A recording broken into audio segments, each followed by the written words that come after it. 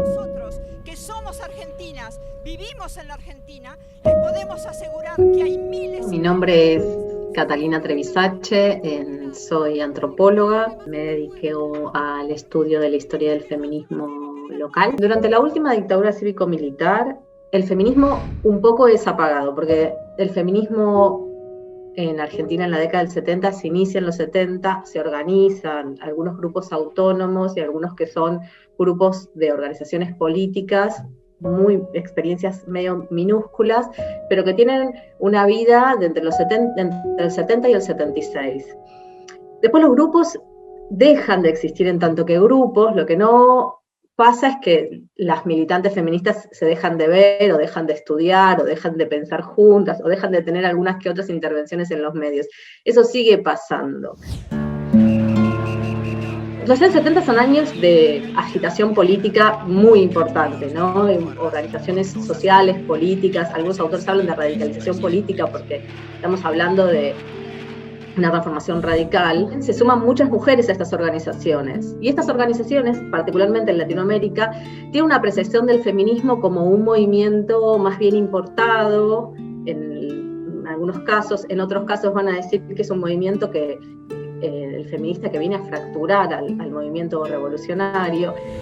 En los años 80 es muy distinto, porque en los años 80 vienen un montón de organizaciones, de mujeres que participaron de organizaciones políticas en los 70, que o estuvieron exilios externos o internos, que tienen una trayectoria de militancia, que en los 70 por ahí no conocieron a las feministas en Ciudad de Buenos Aires, pero cuando hacen exilios, de una u otra manera, por distintos caminos, se tropiezan con el feminismo. Llegan, vuelven o empiezan en el periodo de transición democrática a buscar espacios de militancia feminista. Por la trayectoria política que tienen estas nuevas feministas, hacen lazo y es natural la relación con organizaciones de derechos humanos. A partir de los años 80, el feminismo incluso latinoamericano se empieza a organizar. Y en 1981 tenemos el primer encuentro feminista latinoamericano en el Caribe, que se hace en Bogotá, Colombia.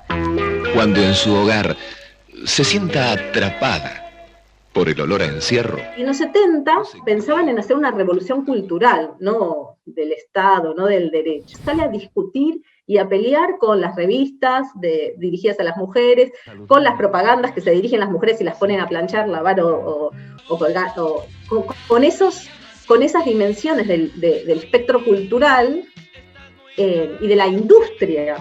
En los 80 se empieza a pensar mucho una intervención de interpelación al Estado. Parece un referente, un interlocutor mucho más claro, que se teje ese interlocutor, se construye esa idea de ese interlocutor en estos contextos regionales, fundamentalmente, que es el Estado. Pensar estrategias para que las demandas feministas tomaran la forma del derecho, y ahí aparecen los derechos humanos como una estrategia que es bien plástica para fundar derechos. Aparece no solo el horizonte del derecho y de los derechos humanos en particular, sino aparece la noción de violencia como un término que va a sintetizar un montón de padecimientos antes nominados de otra manera.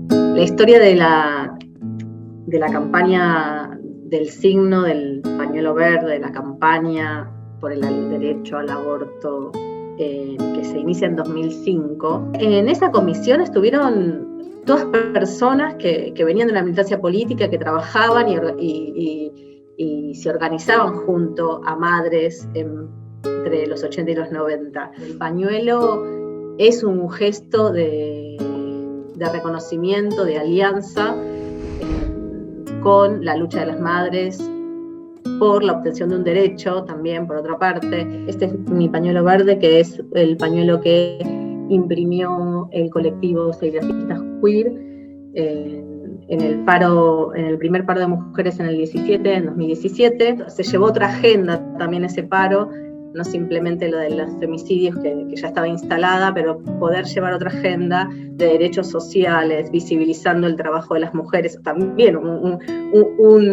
una agenda muy vieja. Y este es un pañuelito que hicieron Serigrafistas Queer, que es un no grupo, como dicen, súper comprometidos con las militancias, no solamente las feministas, sino feministas y más allá.